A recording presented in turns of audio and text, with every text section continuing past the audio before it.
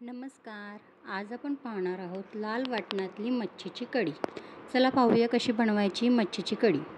इथे मी ओलं खोबरं घेतलं आहे, एक छोटा कांदा, आलं, लसूण आणि कोथिंबीर घेतलं आहे.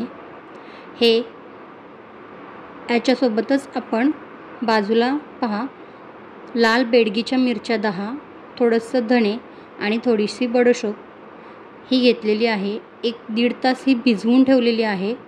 आणि हे पण आता आपण त्या खोबरं लसूण वगैरे जे वाटण करणार आहोत त्यामध्ये घेऊन छान अशी त्याची बारीक पेस्ट करायची आहे.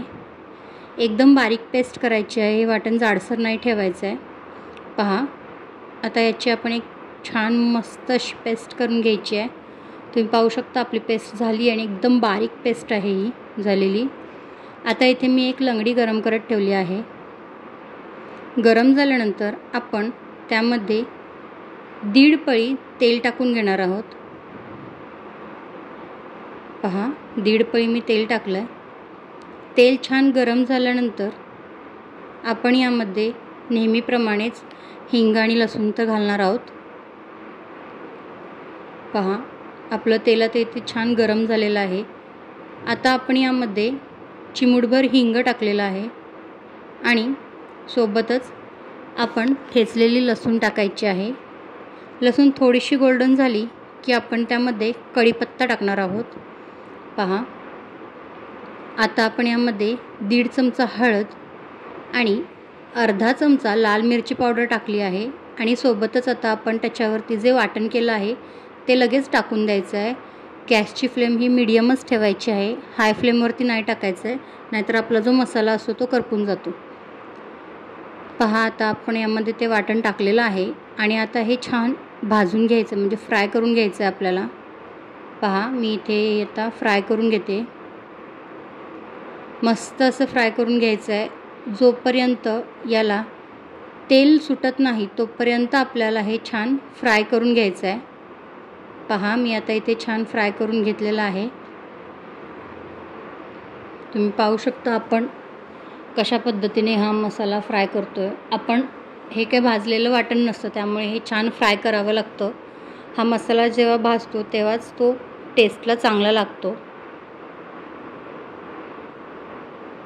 पहा आता आपल्या मसाल्याला तेल सुटलेलं आहे आणि असा आपला मसाला छान फ्राय करून झालेला आहे. आता यामध्ये आपण पाणी टाकून घ्यायचं आहे. पहा मी आता यामध्ये पाणी टाकते. 1-1.5 ते 2 ग्लास पाणी टाकायचं आहे, कारण मच्छीच्या कढीची कन्सिस्टन्सी एकदम घट्ट पण नसावी आणि एकदम पातळ पण नसावी, मीडियम कन्सिस्टन्सी असावी. पहा आता झालेलं आहे आपण पाणी टाकून. आता आपण यामध्ये टाकणार आहोत कैरी.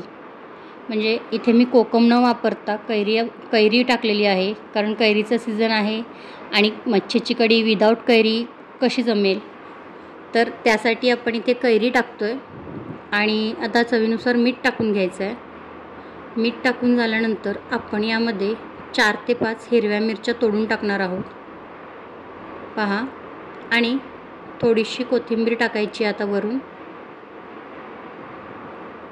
पहा आणि आपल्या कढीला छान उकळी येऊ द्यायची आहे. पहा कशी छान उकळी आली आहे कढीला. मस्त अशी कढीला उकळी पण आली आणि वास पण खूप छान आला आहे कढीचा. आता आपण जी मच्छी धुवून घेतलेली आहे, म्हणजे सुरमईची जी मच्छी धुवून घेतली आहे ती आपण याच्यामध्ये एक एक करून सोडायची आहे. मी नेहमीप्रमाणेच मच्छीची कढी करताना मच्छी ही नेहमी नंतर सोडते, आधी नाही सोडत, कारण आधी सोडल्यानंतर ती फोडणीमध्ये डायरेक्ट टाकली तर ती तुटते किंवा चिटकून बसते पॅनला. यासाठी आपण मच्छीची कढी ही नंतरच टाकायची, जेणेकरून ती तुटतही नाही आणि जशीच्या तशी राहते. पहा आता आपल्या रश्श्याला छान उकळी आलेली आहे आणि 5 ते 10 मिनटामध्ये आपली मच्छी तयार होते. पहा आपली मच्छी छान शिजून तयार झालेली आहे आणि तुम्ही पाहू शकता की मच्छीचा कढीचा कलरसुद्धा किती छान आणि मस्त दिसत आहे. पहा आता आपली कढी ही तयार झालेली आहे. तर मी इथे गॅस बंद करते आणि वरून कोथिंबीर टाकते. कशी वाटली रेसिपी नक्की सांगा. आवडली तर लाईक करा, शेअर करा आणि चॅनलला सबस्क्राईब केलं नसेल तर सबस्क्राईब करायला विसरू नका. पुन्हा भेटू अशाच एका नवीन रेसिपीसोबत. तोपर्यंत बाय बाय.